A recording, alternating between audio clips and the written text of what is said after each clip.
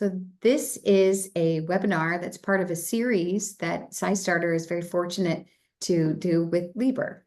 And the series is looking at the intersection between citizen science or participatory research, crowdsourcing, community science, goes by many, many different names, and libraries, research libraries and public libraries. And for those of you who have been joining us for the past number of series that we've done, you've probably seen that we take on libraries and a particular topic or a particular slant. So sometimes it's public libraries, of which there's a lot that's happening in the US in particular with public libraries and citizen science, and also research libraries. So research libraries, we've had some amazing experts looking at that, and so much happening there in Europe in particular. And today we're looking at high school students in particular, and how many are starting to co-create and be part of setting research agendas with their teachers and through libraries. So welcome to Building Bridges Between Research and Schools, Libraries as Facilitators. I'm Darlene Cavalier. I'm a professor of practice at Arizona State University and also the founder of SciStarter. This is a website that helps people find opportunities to get involved in real science that needs their help. And I want to thank our co-host from LIBER here today. And I want to welcome our two speakers. I'm going to ask them to actually go into depth in introducing themselves. But I love that what they have in common is they both do work with high school students in co-creating ways to address issues through science, issues that they're curious or concerned about. The co-creation is not something we often see in citizen science. Typically, there's a scientist or an expert who has a question and they need help from somebody, namely the public, in answering that question through either adding data because they don't have enough data, so collecting observations and submitting data, or analyzing data because they have too much data. So typically those are the two ways that we see people engage. This way of co-creation and being part of setting the research agenda and looking at issues that they care about, developing protocols, or sometimes even borrowing from existing citizen science projects to use the infrastructure, use the protocols, and so forth, are very interesting developments that are happening that you're going to hear about next. So first, I want to bring in Mette. If you can unmute yourself and sure. Introduce yourself. And in case you don't say it, I will. I was bragging earlier about the university that you're part of and their dedication to really centering the work of citizen science through the library there. It's such an active, vibrant space that you have, a big physical space there right on campus in Denmark, where students are walking by and they're being socialized to the term of citizen science, and they come in, you have all kinds of books. Brittney and I, the other speaker, actually have a book that we're working on that will be out maybe hopefully next year or the year after that. And I bet we see that in your library there, Mette. So if you can take the mic and introduce yourself and tell us about your work, that would be great. Thank you. Yeah, I will do. Thank you. I hope you can see my slides. My name is Mette Fentz Haastrup. I'm a coordinator at the University Library of Southern Denmark and the SDU Citizen Science Knowledge Center at SDU. I work as a project manager of several citizen science projects that engage high school students in research projects, mainly within social science and humanities. I have a master in history and is a former high school teacher. And today I will do a short presentation of our Citizen Science Center, and I will present 3 of our ongoing citizen science projects within social science and humanities, where high school students participate as citizen scientists. And I will explain how we do it by presenting a collaborative model, including a pedagogical framework, and I will explain why we have decided to focus on bridging researchers and high school students. The Citizen Science Center at SDU began as a network in 2016, and for 4 years ago it was established at SDU. It's located at the library, and the Deputy Library Director is also the Director of Citizen Science Center. We are several librarians and information specialists that works with citizen science at the center. It's a partnership between the deans from our 5 faculties, and also include representatives from the Danish Institute of Advanced Studies, Odense University Hospital, SDU Climate Cluster, SDU Library, and SDU BU. And all of these are represented in the steering committee of the center. The center gets seed money from the 5 faculties and the library. The library is a facilitator and a bridge between researchers at the different faculties at SDU and between the researchers and externals. Further, the center is part of a huge international network. And here is just to give you an impression of who we are. I have here a list of my colleagues at the Citizen Science Center. And as you can see, several of us is both working at the library and the Citizen Science Center. So for my part, I have 15% of my work time is at the Citizen Science Center, and the other is at the library. We are a many-sided team with a mix of librarians and people with different academic backgrounds, which strengthens the center and provides a wide range of competences, which is useful for facilitating the citizen science projects, both those aimed at high school students and our other projects. We do, for instance, in regard to our curriculum-based projects, coordinate and manage projects, arrange events, facilitate meetings between researchers and teachers, design learning programs, and build learning materials, teach the teachers in citizen science, and assist the PIs in grant proposals. And when we do our citizen science projects aimed at high schools, we have the high school students participate as citizen scientists based on the following principles. It's authentic research projects with SDU researchers as PI. We provide co-created and curriculum-based citizen science activities. We provide flexible lesson plans, which also is co-created. We provide learning platforms with learning materials, masterclass for the teachers, and dialogue between students and researchers, and a competition element. And I will tell you more about that in a second. But first, I will just present our 3 projects, which is ongoing right now in the social science and humanities. And they are all aimed at high schools. Climate Future Fiction is a research project about how does young people think about climate change. It's a citizen science project which is also integrated in the high schools. It's in the English course at high schools.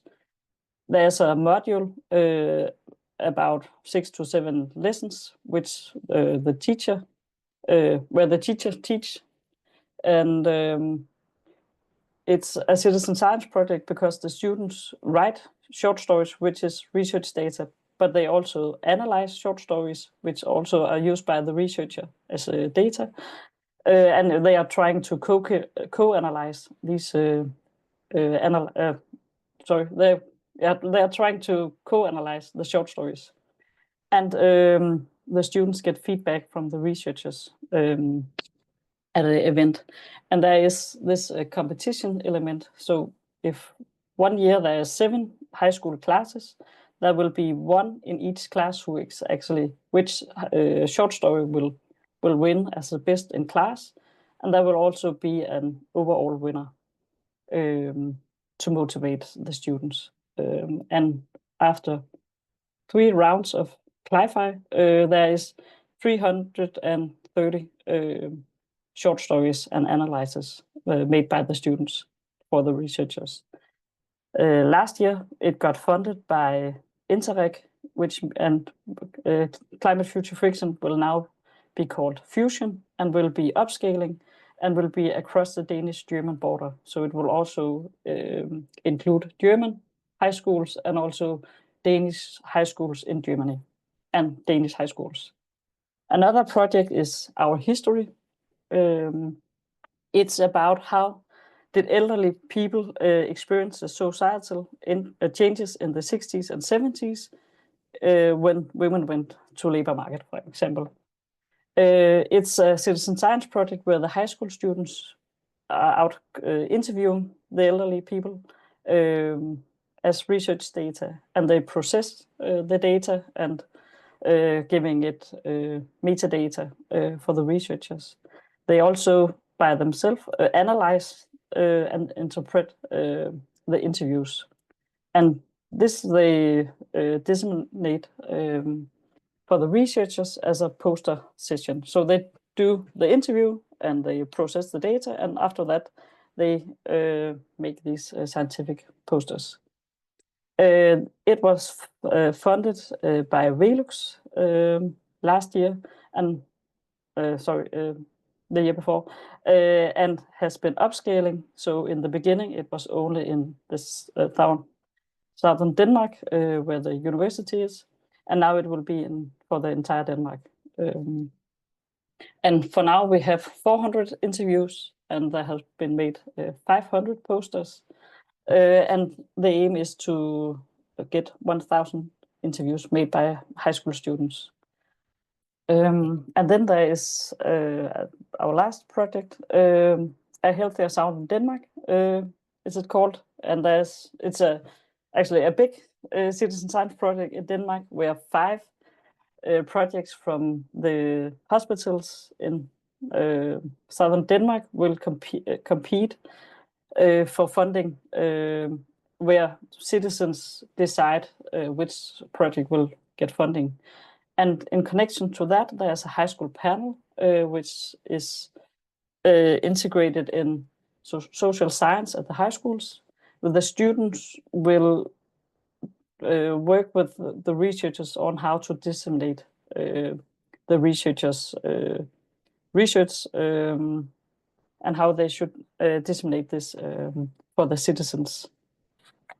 So here the students will collect data, and they will also be interviewing or be in dialogue with the researchers, and they will analyze and interpret data for the theme of the researcher which they are working with, and then they disseminate their own findings for the researchers at a poster session. And for now, we have almost around 2,800 high school students, and we have been working with almost 100 teachers from 112 high school classes from 59 high school students. And I will, based on these 3 projects, we will propose a collaborative model on how to engage high school students in curriculum-based citizen science activities within social science that support student-centered learning by co-designing these in a teacher-researcher partnership led by a third-party mediator, which is the Citizen Science Hub. Inspire, our model, was developed in a co-design workshop where the body of work for engaging youth in citizen science at STU was analyzed with inspiration from a map of design practice and design research. This resulted in the 3-phase collaborative model for integrating citizen science projects in high schools within social science and humanities, with the possible to add an extra research component on learning outcome of the students. Inspire is based on the literature on how to develop such programs in consideration of both the educational and the scientific objectives. Further, Inspire proposes a pedagogical framework that supports the creation of effective learning in citizen science activities by using learning design features from other learning contexts.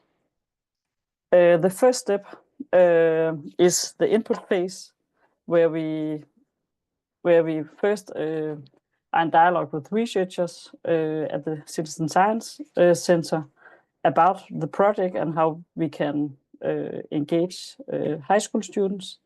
And after a meeting, we have a knowledge coalition with researchers and principals or teachers from high schools, where we clarifies in which subject at the high schools the educational module will be integrated,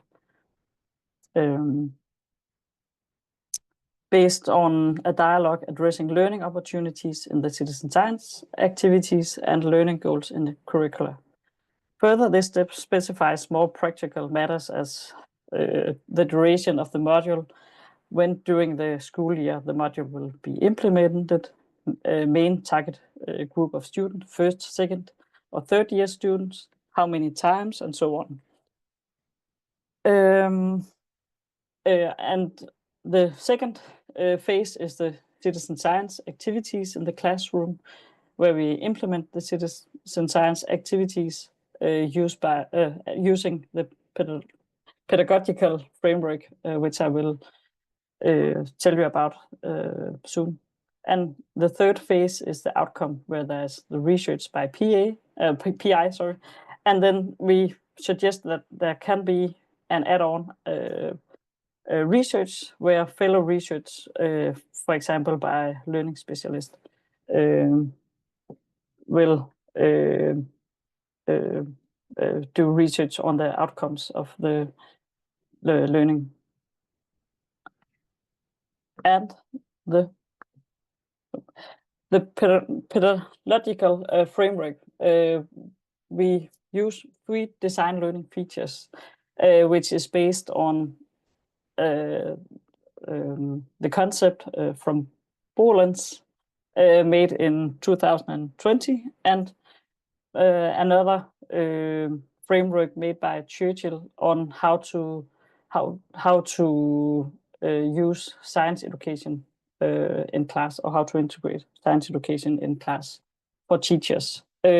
So our the 3 learning design features is materials and resources, which can also be divided into content. It's the learning materials, text, podcast, videos, lecture by the researchers, which the lecture by the researcher is face-to-face or online, but the text and podcast is on an online learning platform, which we design. And there's also materials for the flash fiction exercise, which is used in the Climate Future Fiction project.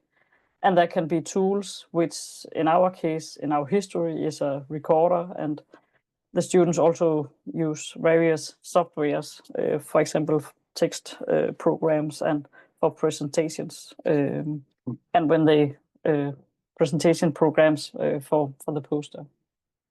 And then the second learning design feature is the citizen science activities, which is integrated in a module, and the task structure. And here it's important that the citizen science activities is student-centered and they are authentic. And student-centered meaning that they are built around or designed around what will the students do to learn. And then there is participation and practice, which is the role and of the students and the teachers and our expectations to them. And there's also the participation and experience. And so we do make these citizen science activities based on what the student will learn, and all the tools and the materials have to support their learning on what they have to do, and it's authentic as it's real research projects at SDU. And according to the participation experience, we try to each project have a closing event where all the classes meet each other, and some of them, in the case of climate future fiction, the students also meet for a upstart event, and that is to make them feel like a part of a community across these classes and high schools.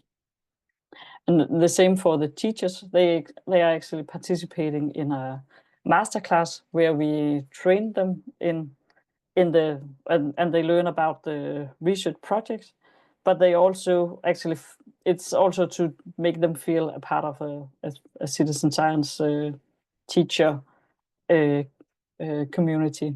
And the researcher will help do lectures for both the students and for the teachers, so they learn about the research project and their room for dialogue at the masterclass between the teachers and the researchers, and between the students and the researchers, either at the startup event or the closing event, to make them feel a part of this research project. And just to look into what can the high school students learn from participating in these citizen science activities. I will say that this is not based on research, but evaluations and our talks with the students. Also with the students, but also mainly the teachers. Oh, sorry. Citizen science offer opportunities for students to engage in authentic investigation, and we can look at these learning opportunities by dividing it up into subject knowledge, which can be content knowledge, and understanding science. And we can see that the student, because all of our 3 cases also have materials and lessons, which is actually a module. So when we have a citizen science activity, it's a part of a huge model. So our history includes the citizen science activity, but in 5 lessons before the citizen science activity, they learn about the societal changes in the 60s and 70s. So they learn the themes on what they will interview about. So they have the opportunity to get this or gain content knowledge, and as it's a part of a science project or research project, they also get insight in citizen science and the research process. And the researchers or the Citizen Science Center will give a lecture on what is citizen science. Further, there's skills, which of course it depends on what kind of what kind of citizen science activity they do. In our history, they learn how to interview and how to process data, then learn how to analyze the interviews. They also learn critical thinking in regard to the informants. They learn to communicate with both the researcher and also the informant, and they learn how to disseminate their findings at a scientific poster, which they also pitch for the researchers. We can also see that the teachers say that the students gain interest in the topic of the research project, but for both a healthier sound in Denmark and our history, but not for climate future fiction. So they are not really more into climate, but as a teacher says, it's because they work so much with climate, so they don't feel they get more interest due to our project. They also The students will also be more aware. They will learn to gain historical awareness as they see as they speak with the informant and work with the societal change in the 60s and 70s. The students also get more responsible for their own learning and for the data and for the task they do, the citizen science task they do for the researchers. And we can also, the teachers also report that the students get more, they feel proud that there is real researchers who will actually listen to them, because they either read the short stories made by the students, or they listen to their pitch when they present their posters. And that is a motivation for the students. And just the last slide is why do we involve high school students in our citizen science project? First, it's an external outreach to high schools. And we have chosen to focus on citizen science because it's a way to give the high school students an active role in a research project. That's a huge motivation factor for them. There are multiple overlaps between learning goals in Danish high schools and the strategy of our library. High school students must learn about democracy and must be digital competent, and they collect knowledge and data, and they communicate knowledge, and will learn to be more critical regarding the sources. The SDU library seeks to engage high school students' interest and engagement in society and in science, and give them insight and experience, which all is opportunities citizen science can provide.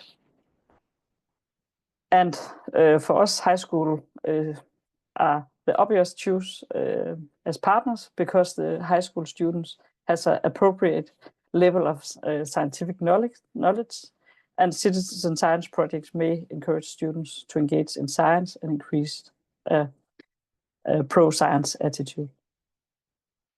Yeah, that was my presentation.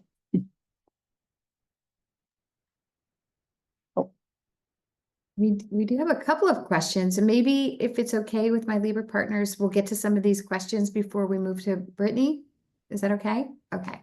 And Mette, you should be able to see these in chat too, but a couple are nested under the topic of, can you describe again the process of who's creating the project? Do you take a researcher's project? Like what's that connection that goes to research, and who's designing the research project? Yeah, just I can go back. I did it. Yeah.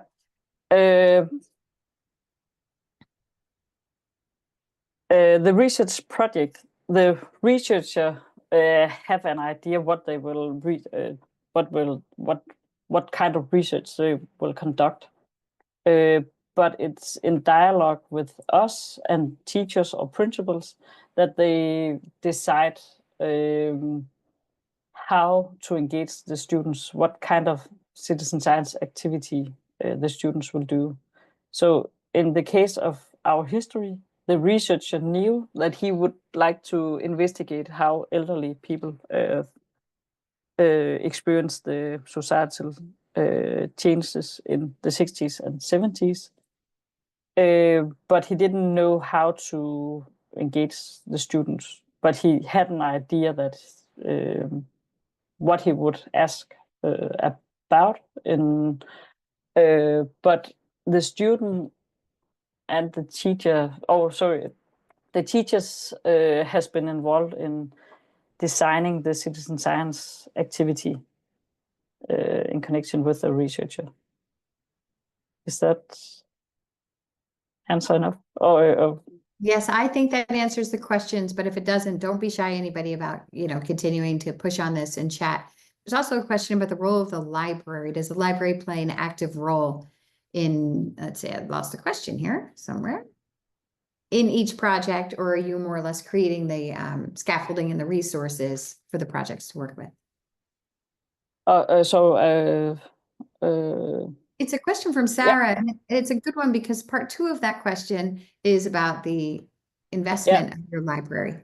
Yeah, well, the library, it's more this library staff who is doing who is participating in the projects. So the library is because we are the hub inside the library. So the staff is participating in or working for both the library and the Citizen Science Center.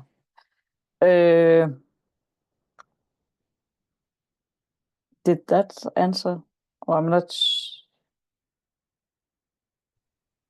Okay, maybe I should ask the question which somehow connects with your answer. What profile of librarians participates in these projects? What kind of work librarians do for the projects you mentioned? Yeah, okay, yeah, sure. Some of my colleague is doing the facilitating, facilitating events. Or we also, most of the libraries and staff is working at the teaching and dissemination department at the library. So we are all used to teach and do talks about citizen science or host master classes. So the library does that, but it's also staff at the library who creates the online learning platforms, which is made in a LibGuide, where we provide all the learning materials for each project. So we do facilitating things, and but we also is the creator of the lesson plan, but with input from both researchers and teachers. Great. Great. Okay. Any other questions? You did a really good job. That was super informative too. Thank you. Thank you. Oh, I'm sorry. There's one more. If your work is either aimed at college students, but seems like it could be. That's one of the questions here. That's it's high school students, so it is also called the upper secondary schools. So it's what college students. It's the youth age 16 to 19. Sorry. Yeah, so that's in Denmark. So not the university students. Thank you. Okay, and if any of the attendees thinks of questions later, go ahead and put them in chat. We'll see if we can get back to them later. Now I'm going to turn it over to Brittney Beck, who is a friend and colleague, an associate professor of teacher education at California State University in Bakersfield, California, and a National Geographic explorer. Brittney, take it away. Thank you, Darlene, and thank you for that incredible presentation from the SU Library. I feel like I'm just grateful to have heard that, and I learned from it. So we are, let's see, can you see my slides? For some reason it's a little funky. Yes. Okay, great. Now it's loading. Loading, yeah, I wonder why. Okay, there we go.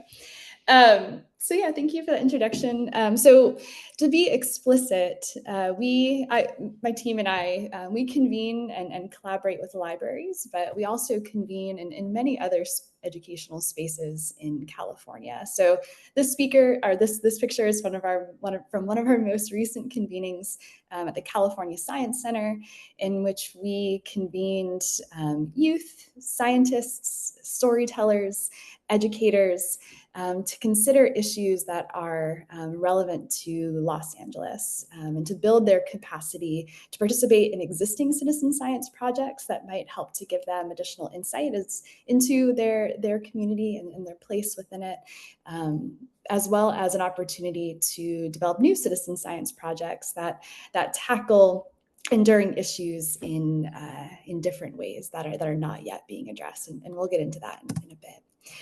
But here is where I operate, always at the intersection of youth, scientists, and educators.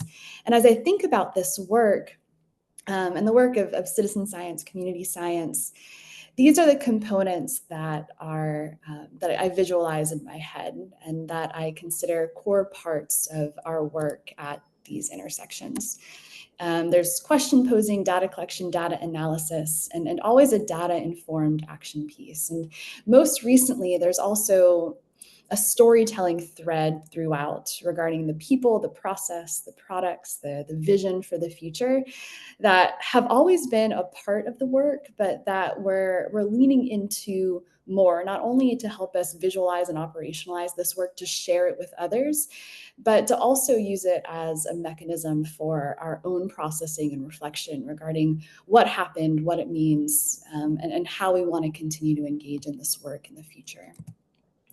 And there are different entry points where this work happens.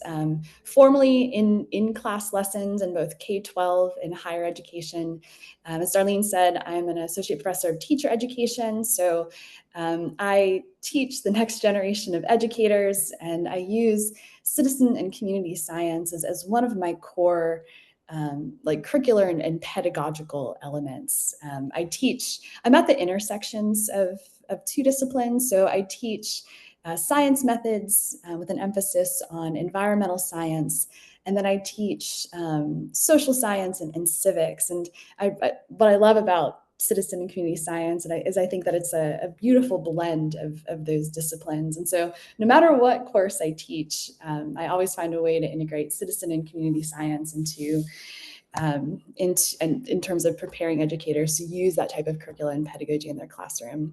But then, given some of the limitations of in-class work, during time constraints, and overburdened nature of education right now, we also find spaces that are a bit more flexible. So we've developed summer camps over the years. We've worked directly with student clubs, and then in that first image with the California Science Center, we also do these multi-day takeovers where we partner with an institution, a library, a science center, and we convene experts in a multidisciplinary ways to collaboratively address an issue or problem that they have that they think community and citizen science could help to solve or contribute to or gain some kind of insight from.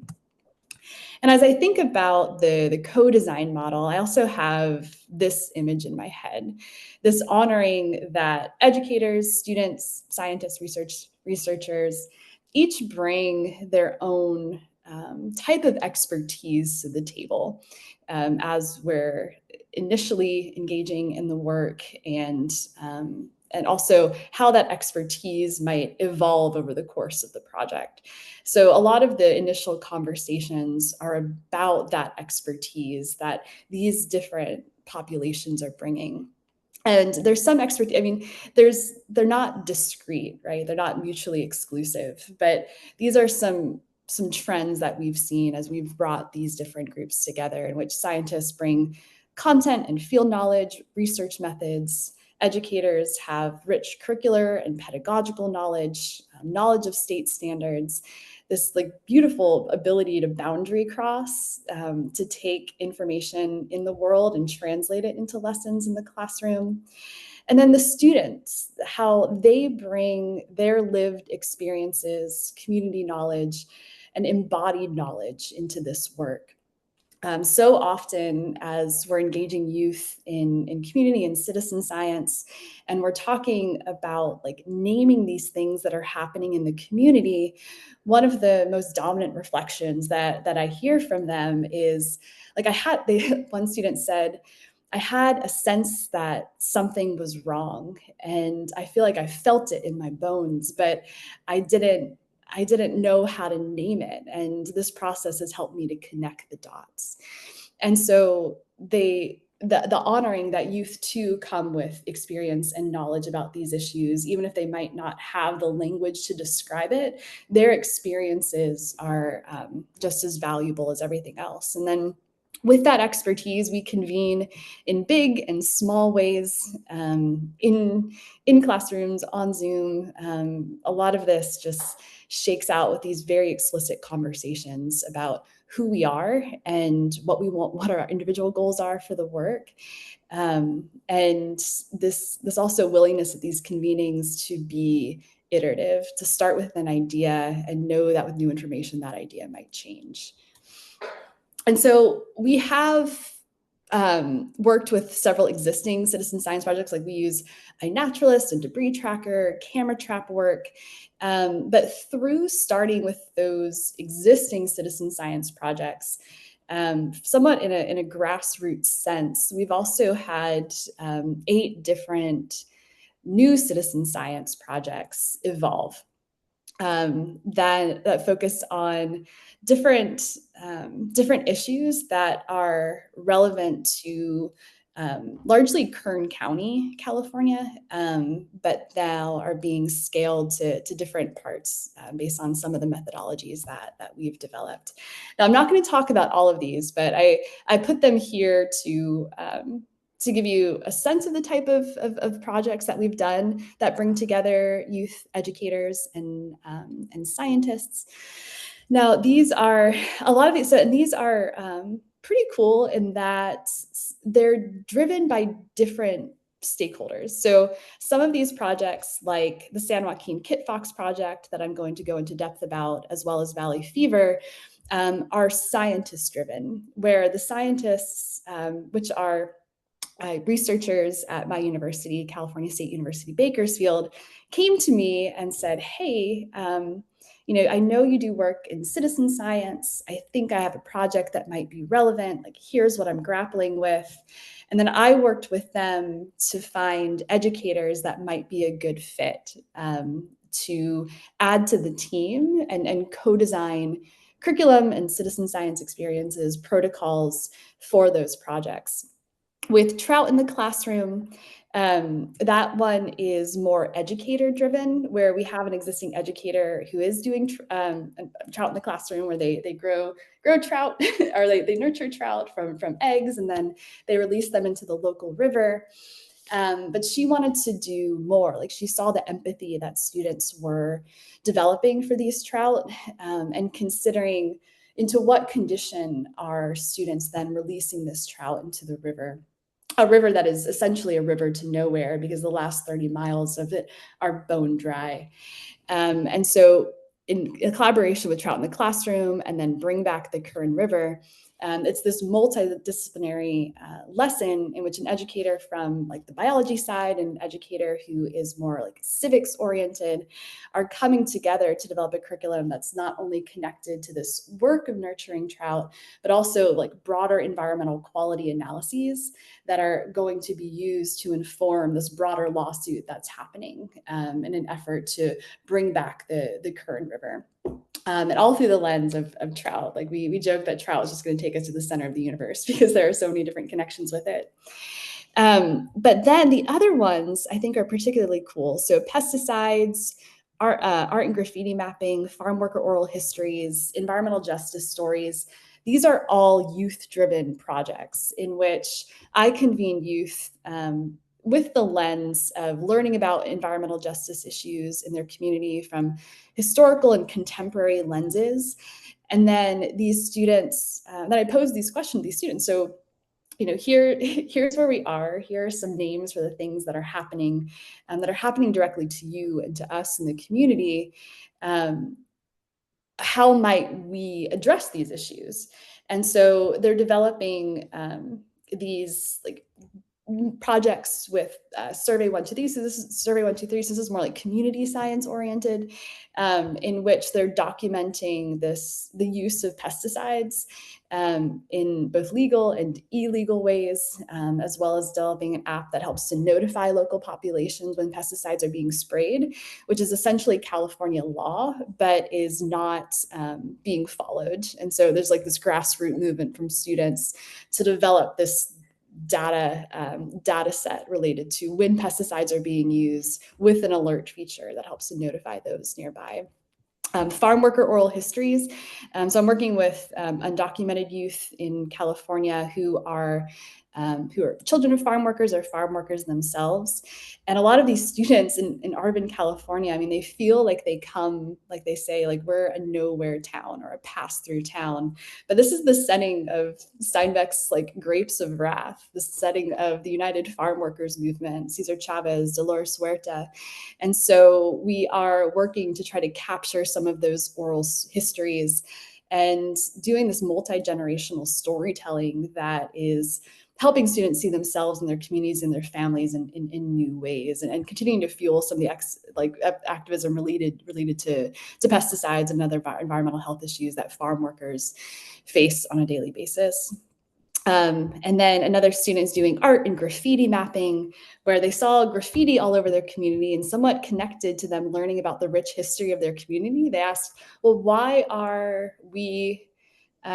is there just graffiti everywhere? Like, why is everything run down? Like, we come from this really rich, like Chicano history.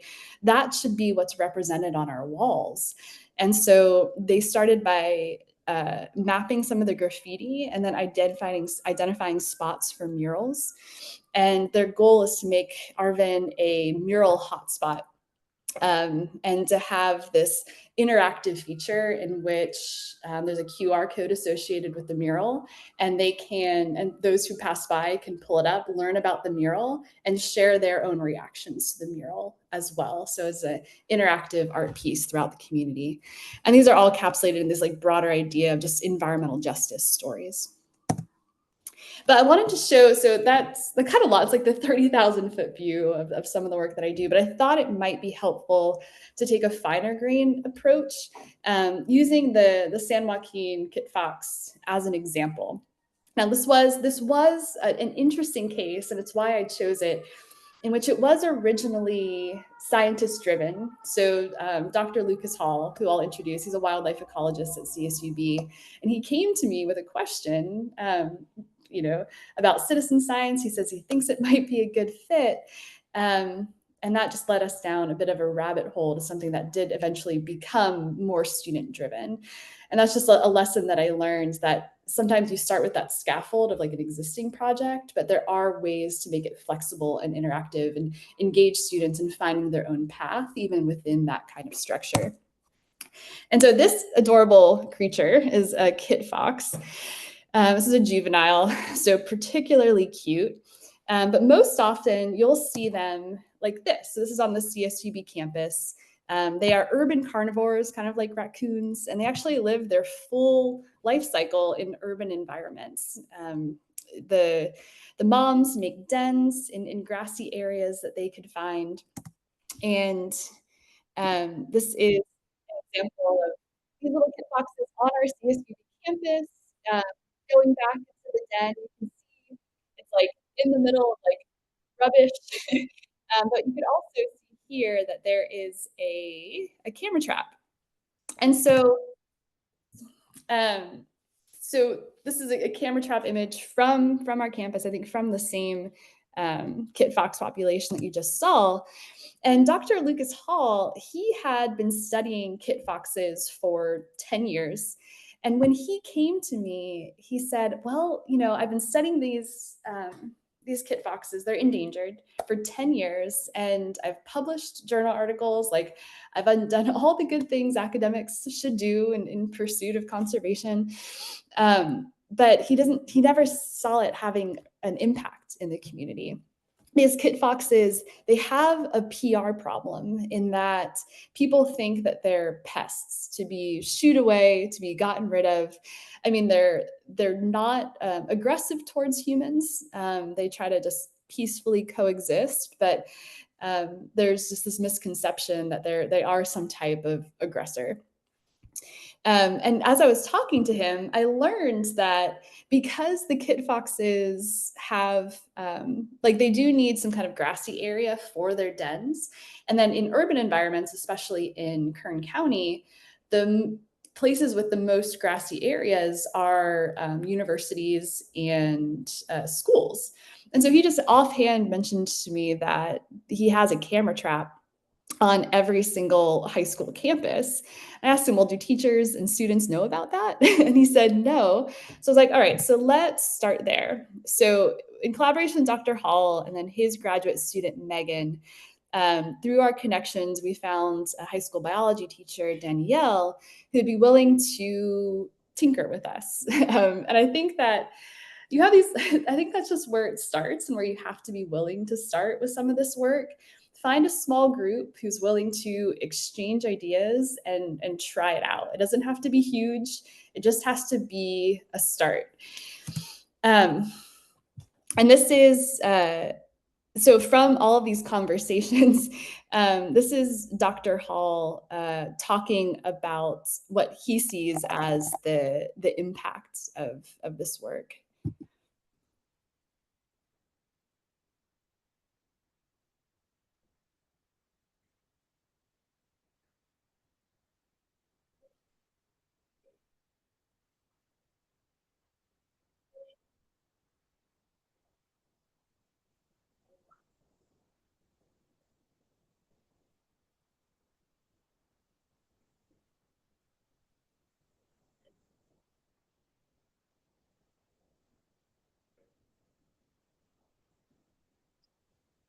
Brittney, the sound is muted.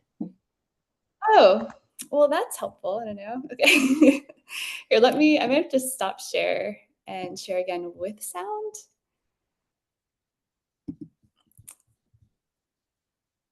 Oh, well, oh dear. It's not giving me the option.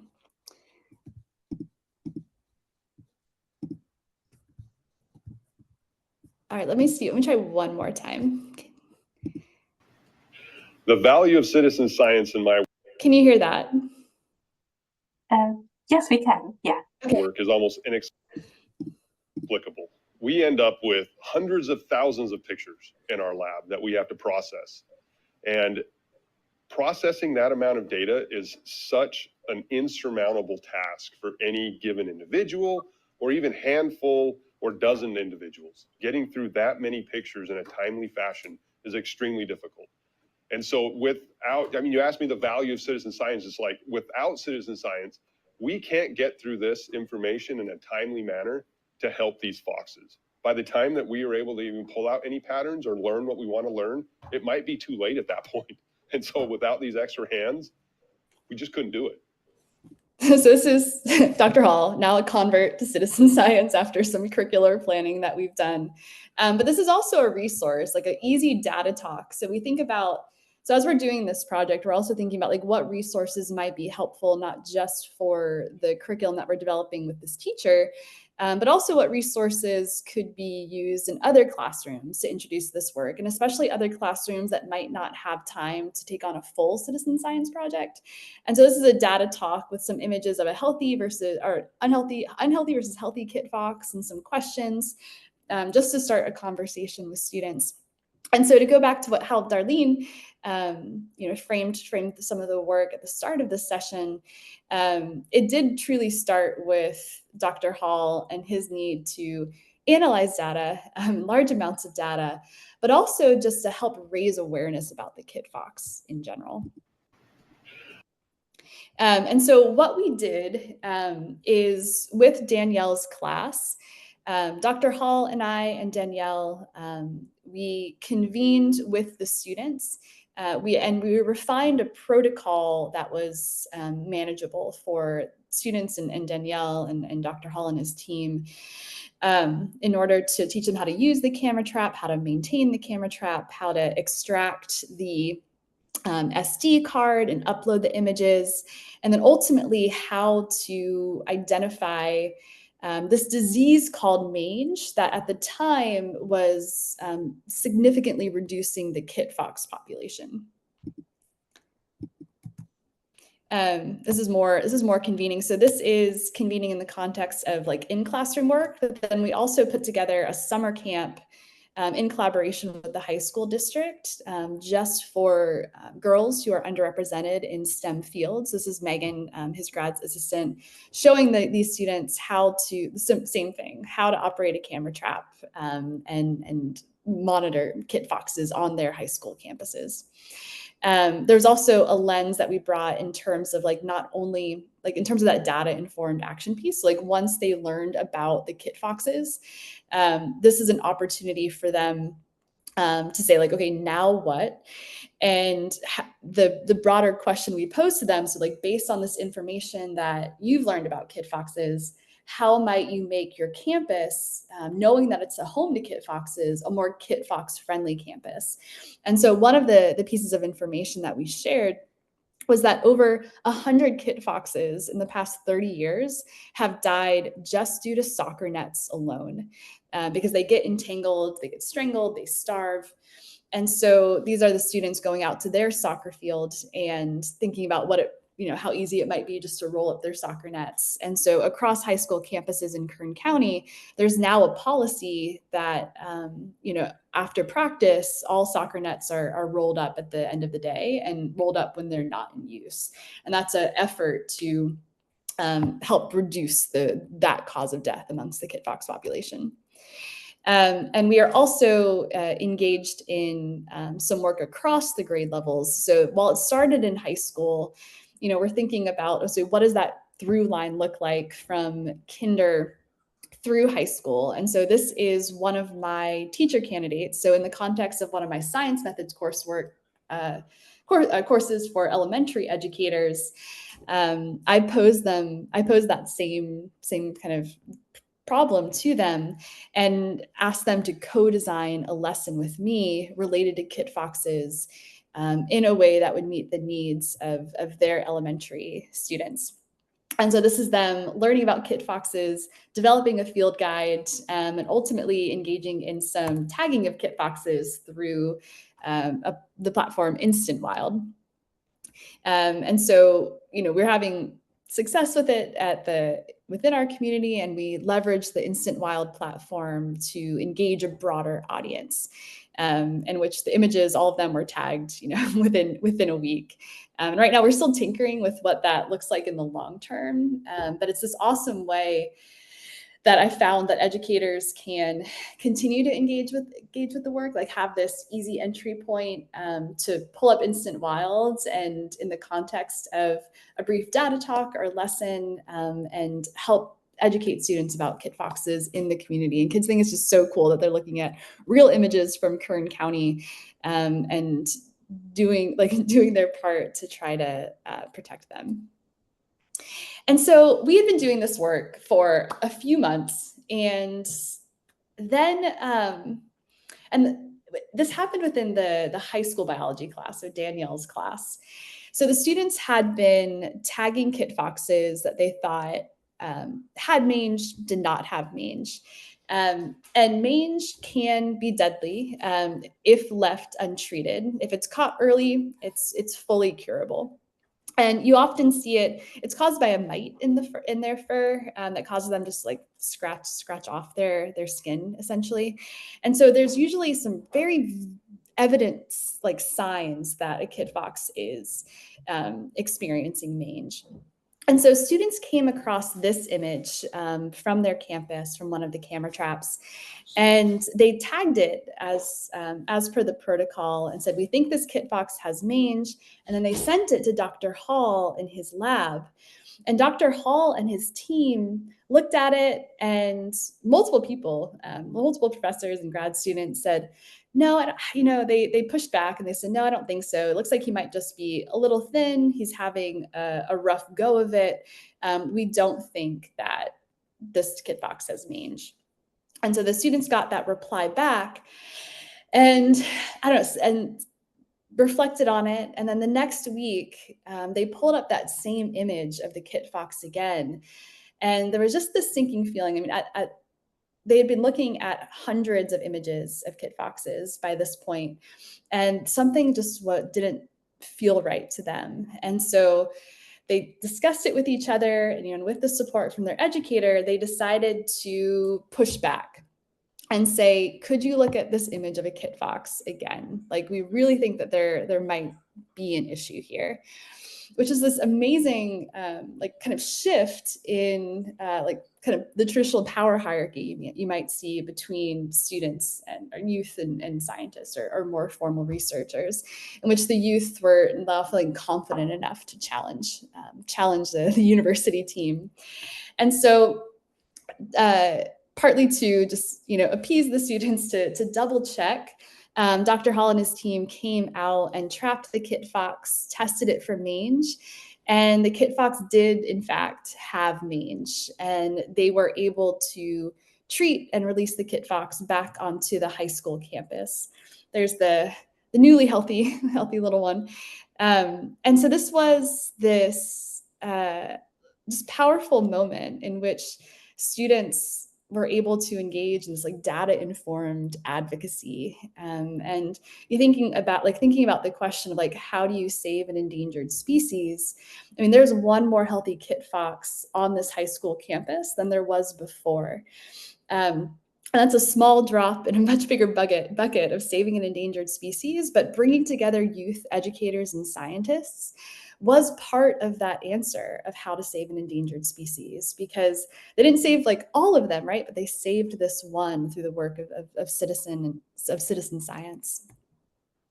And this activism from students in high school bled over into our university at CSU Bakersfield. And so Dr. Hall and I and some other faculty realized that this work that we were doing to create these kit fox friendly campuses in high school classrooms should also be applied to our own campus that's home to many kit foxes. And so we brought our college students into the conversation, and they became immediately charged about the issue because our campus in many ways was not yet friendly to kit foxes. And so what students originally called the Kit Fox Army, they then transitioned to what they called the Kit Fox Society. And they started this broad campaign on our campus called Hey CSUB, What the Fox, which was just, we thought, brilliant and only from student minds. And so they engaged in this initiative to question the ethics behind standardized rodent control practices at our university. Because in the process of getting rid of ground squirrels, they were also fumigating kit fox dens, which violate certain environmental policies. There's also an issue of vehicular strikes on campus, and the same issue in high school with soccer nets. And so what started with this standardized practice for rodent control also helped to illuminate many different issues. Here are students who are meeting with our interim president at the time, President Harper, sharing their concerns and advocating for change. There was a kit fox who was, while this was all going on, there was a kit fox that was struck by a vehicle. And so students held a candlelight vigil for this kit fox as another awareness building, data-informed advocacy dimension to the work. And their advocacy efforts led to these signs on campus that alerted drivers to the fact that they were driving through kit fox habitat. And so right now they're collecting data on vehicular strikes, not just on our campus, but across Bakersfield, and using that to advocate for potentially more signs like this, given that the urban environments and lots of different spaces are a kit fox habitat in Bakersfield. And so thinking about maybe even finer grain, a lot of times our conversations start with just a table like this that evolves over time. And I would have shared the actual one we created, but my computer just like bit the dust this morning. So this is what it looks like in like the initial framework, in which you explicitly honor the expertise, the goals, deliverables, and you directly confront the compromises that you might have to make in order to engage in this project together. So like, for example, one of the biggest compromises between Dr. Hall and his team and the educators that, you know, there's this movement towards like AI tagging to help get through more data more quickly and not necessarily have to rely on volunteers. But like we make the case that there's some pretty essential learning in having students do this manual tagging in order to connect with the images, to connect with the foxes, to connect with the data, like to feel the data with their eyes and their hands, and develop that emotional connection to the work. And so at the same time, like the team is moving to more AI like generated methodologies. The compromise is the educational value of still doing it in a more like older school way. And so those kind of conversations are important, and like members of the team just have to be willing to be vulnerable and share maybe what's working, what's not working, but to just say that this work will likely involve some type of compromise usually helps to navigate that together instead of something that might build up and detract the work in some way. And then I'll put this in the chat, and I'll share my presentation too, but through the work of our initiative, we have a site that shares some of our in-progress work that we've been doing, and there's going to be much more added in the coming weeks. Well, I'm sorry, what was that? And this helps. It has lesson plans, like infographics, stories behind the work that help to share what this looks like in practice. This is all part of this that through line of storytelling that we're trying to more directly integrate into the work. And this is an example of Trout in the Classroom, another explorer who's based in California, Anand Varma. He has this idea. He has this initiative called the Wonder Lab that helps you like leverage photography and videography to nurture student wonder, to gain insight into phenomena that you might not be able to get outside of maybe macro photography or documenting a process through photography or videography. So this is Anand sharing some photography techniques. There's like multiple layers of storytelling. So Anand's teaching the students how to document it, and then we're documenting Anand, helping the students. And then students also share their new insights and wonderings, questions and doubts related to photos that they've taken of the trout, and new inquiries that might generate. And so it's the shared storytelling between Anand and the students. And we're trying to document the issue, the people, the process, the ongoing results, as a way to help others see what this work like looks like and sounds like and feels like in practice, because it can be and feel abstract and overwhelming. But when you break it down and visualize these smaller moments, it's easier for educators, from what I've found, to see themselves in that work, to say like, oh, I can do that. That's not as complicated as I might have thought. And so that's where we are right now, is trying to lean more into the storytelling aspect of citizen and community science. And hopefully in the coming year or so, we'll have a bit more to share about all 8 of those projects that I had mentioned earlier. But that is all I have for now. It was great. Hadn't seen that before. I did not know all that was happening out there. That's incredible. Thank you for sharing that. We have a couple of questions here in chat. I answered one just to make that reconnection back for people that Brittney's talking about the work that's happening in high schools here. And part of the reason for this series is to exchange knowledge between even nations, but also between disciplines. So some people working in libraries interested in seeing how the crossover happens with schools. First speaker talked about that crossover directly there in Denmark. Brittney went into a very deep dive about, I would say almost like the potential that I don't think many people realize can happen as a result. And you can see how it changes shape as you dig into the project more. And that I love that, I forget what terminology you used about like really dealing head on with the trade-offs. What did you, the compromises? Yeah. Hey, yeah, that was great. Really good reminder of that. Okay, let's see here. Well, you can see some here. You answered some as the talk went on, but in the youth-driven examples, for example, the pesticides, are students also leading the projects, or are these projects led by scientists? Do you want to address that, even though you kind of did in your talk later? Yeah, no. So with the pesticide example, that is something that is being completely driven by youth. And that's something that I also have to constantly check because of my expertise and because of the potential I see.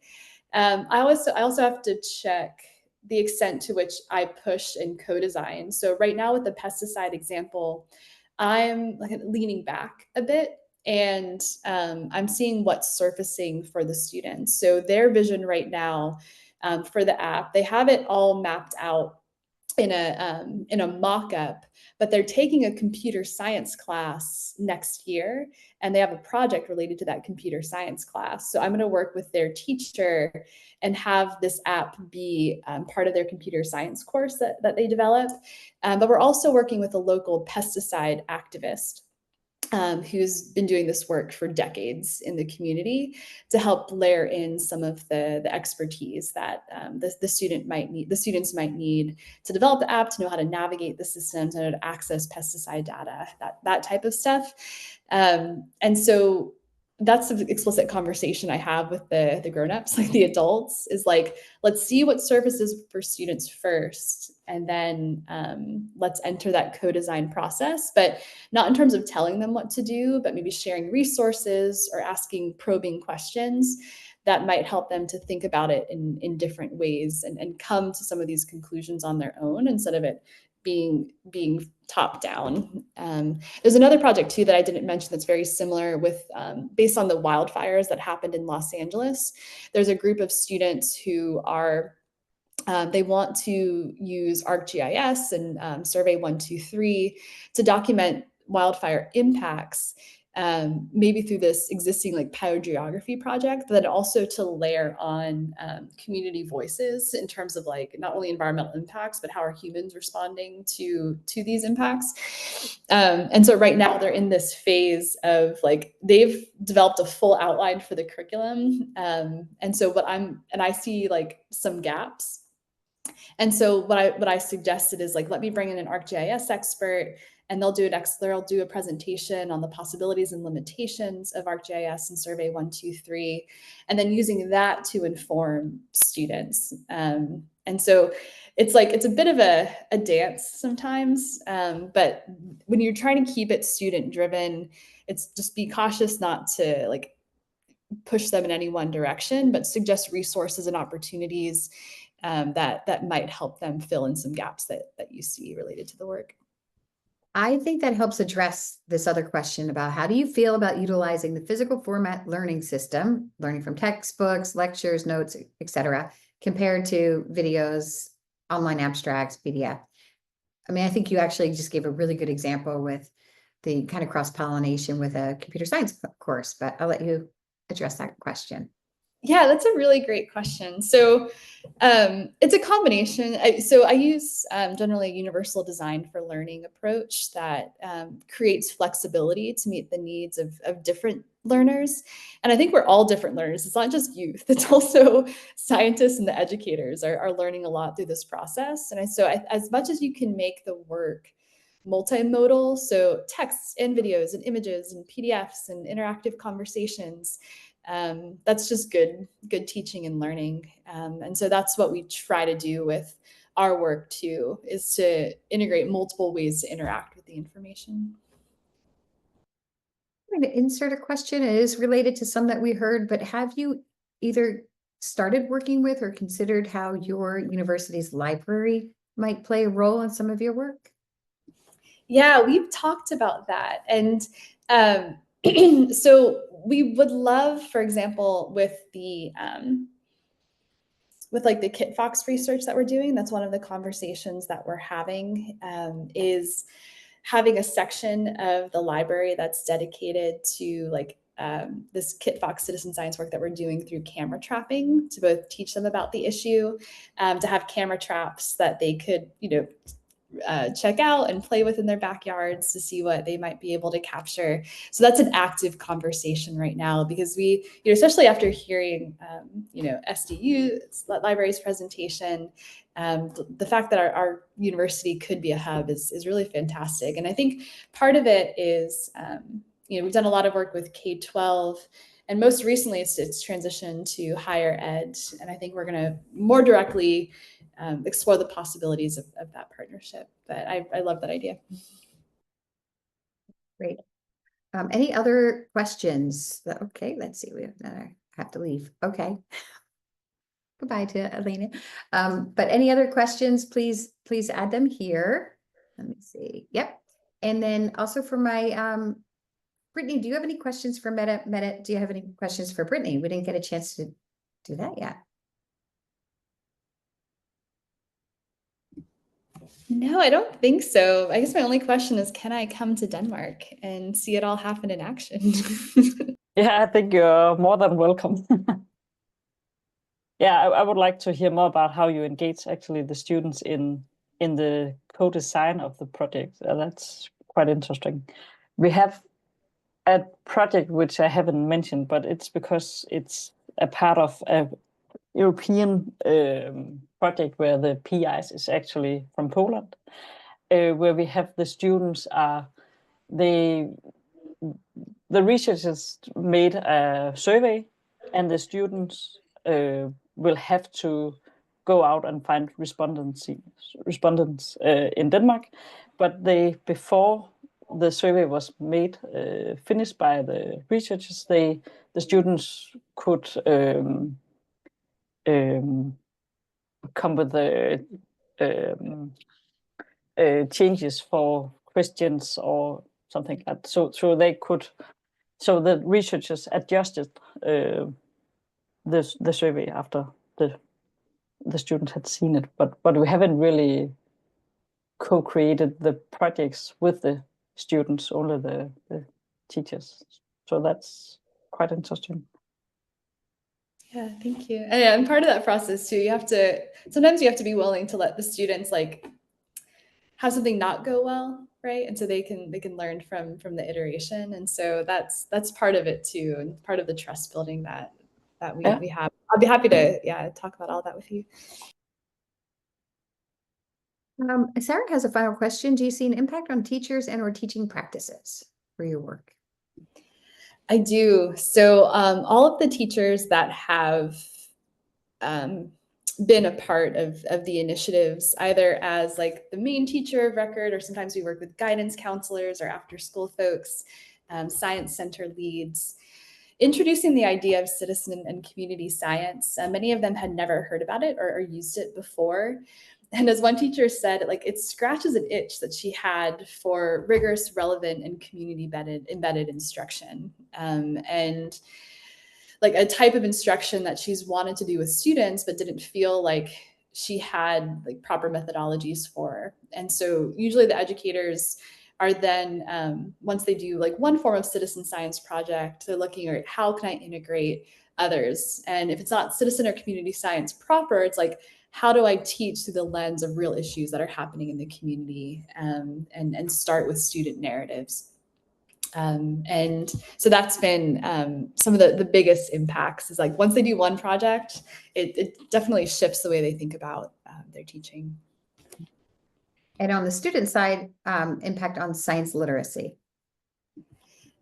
So that's an interesting one. That actually happened during that meeting. I meant to mention it. So during that meeting with the interim president of our university, students were fired up about kit boxes.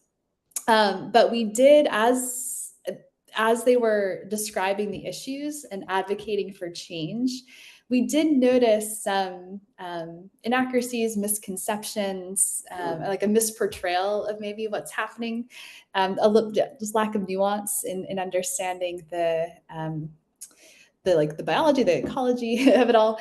And so we actually have explicit conversations with students. Like that's part of the training now as the Kit Fox Society is doing some like more in-depth lessons related to like the field of research and the intersections with researching kit fox and endangered species, biodiversity monitoring in general. And so what we found is that students like grab on to these issues and are ready to, to make change, but we do have to make sure that scientific literacy is there. A lot of times the activism and the storytelling is driving their work.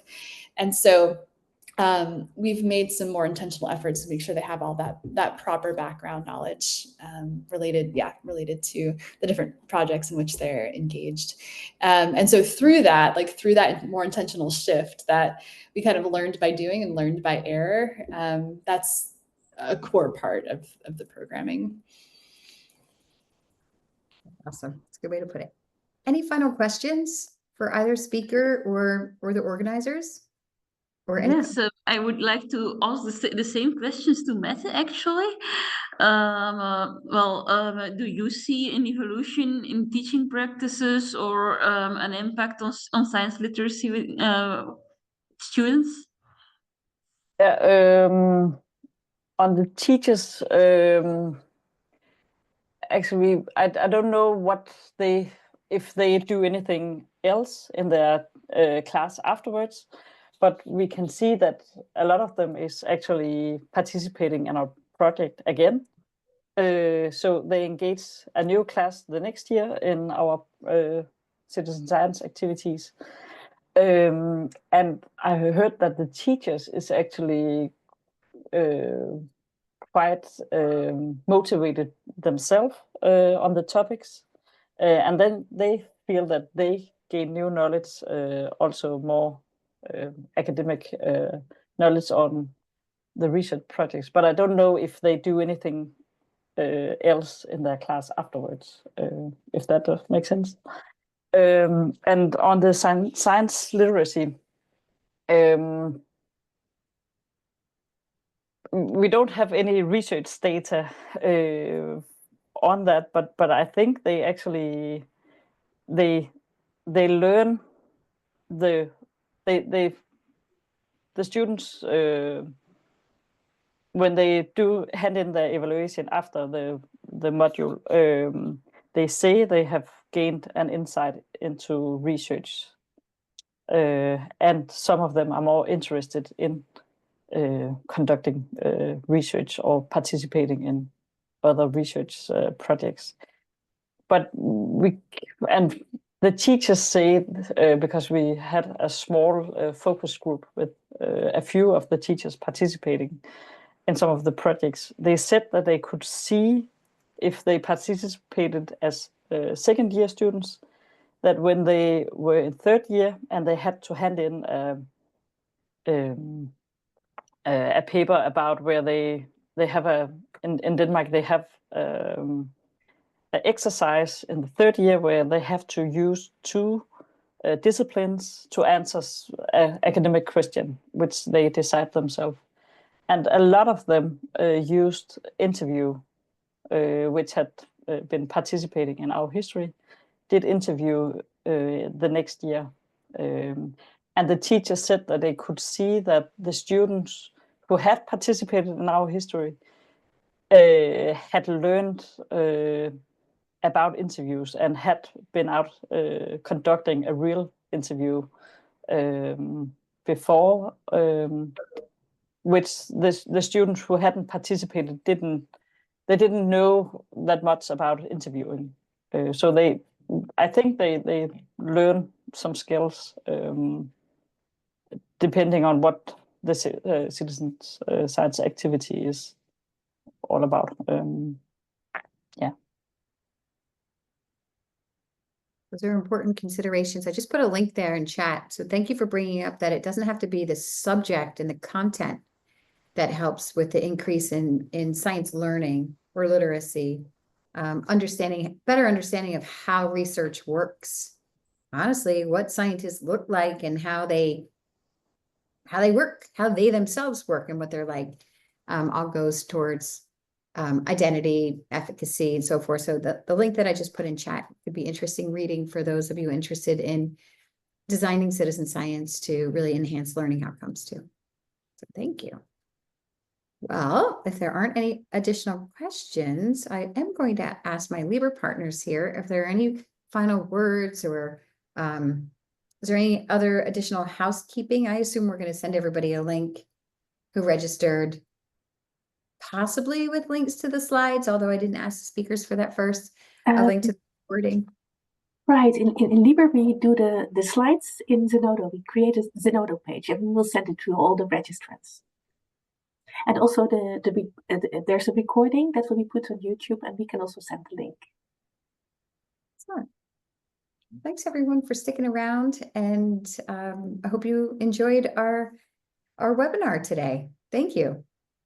Take care. Thanks to our speakers too. Excellent job.